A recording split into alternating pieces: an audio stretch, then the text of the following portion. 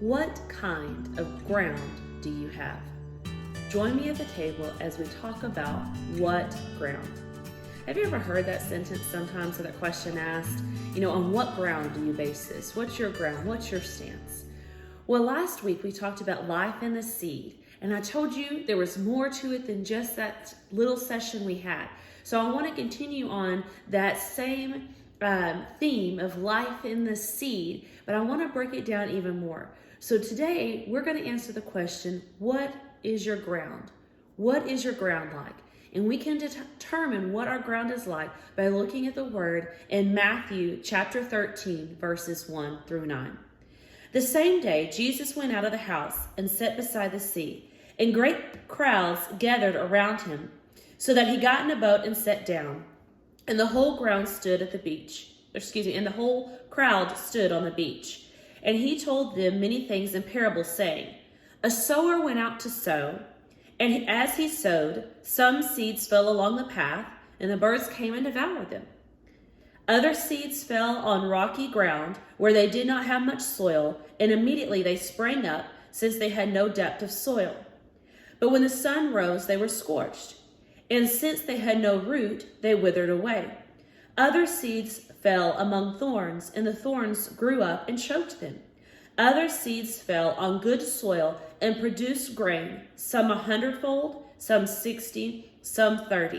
And then it says, he who has ears, let him hear.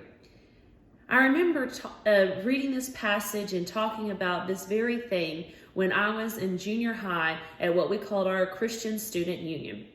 And as I said, the life of the seed, there's so much in it, and it's really been stirring in my heart. When we know that there's life in the seed, the next thing we do when we have seed is we have to plant it. And we've got to know what ground we're going to plant it on. So when we have seed, where are we going to plant it? Are we just going to throw it out and say, I wish the word of God would work for me? No, because if we just throw it, that's exactly what the first person did. He threw his seeds on the path, and the birds came and ate it up. And then when we look at some did it on the rocky ground, and then the sun scorched it, this is some good seed. Yeah, I think it will grow here. It'll produce here. And when they planted it, not even really planting it, they just put it in a different spot that they thought, okay, this is going to retain some water. It's really going to get in there. Yeah, this is going to work. And then the sun comes up and it scorches them because it has no depth. It has no roots, as it said. Then when we go on, the thorns came. So we're trying to plant that, but we don't keep the weeds out. And so the thorns are going to grow up, and it's going to choke that seed so it doesn't produce.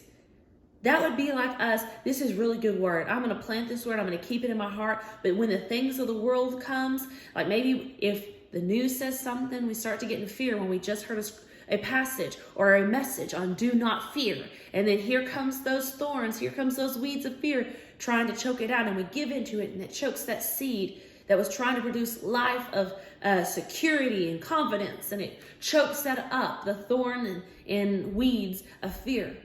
But then the last person, it fell on good soil and produced.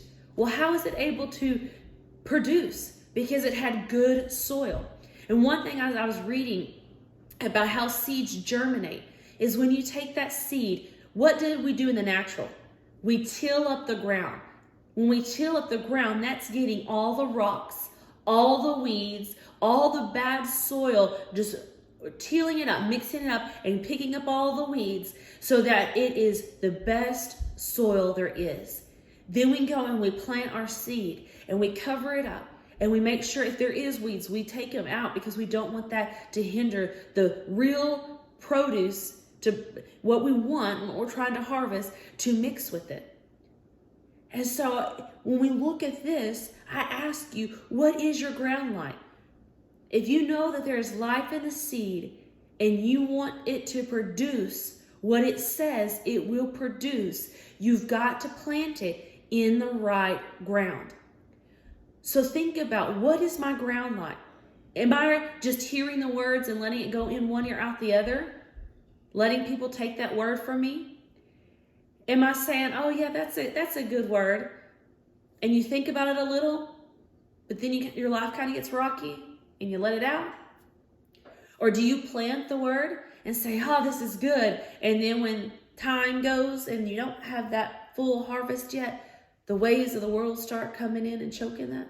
Or are you putting it in your good soil so it will produce? And in your good soil, you are determined that it's going to produce. You will work and you will stay confident that it will produce what it says it will produce, as long as you say, I'm not giving in to the ways of the world. I'm not going to let anyone take the word from me. I'm planting my seed that has life in it that will produce a harvest on good ground.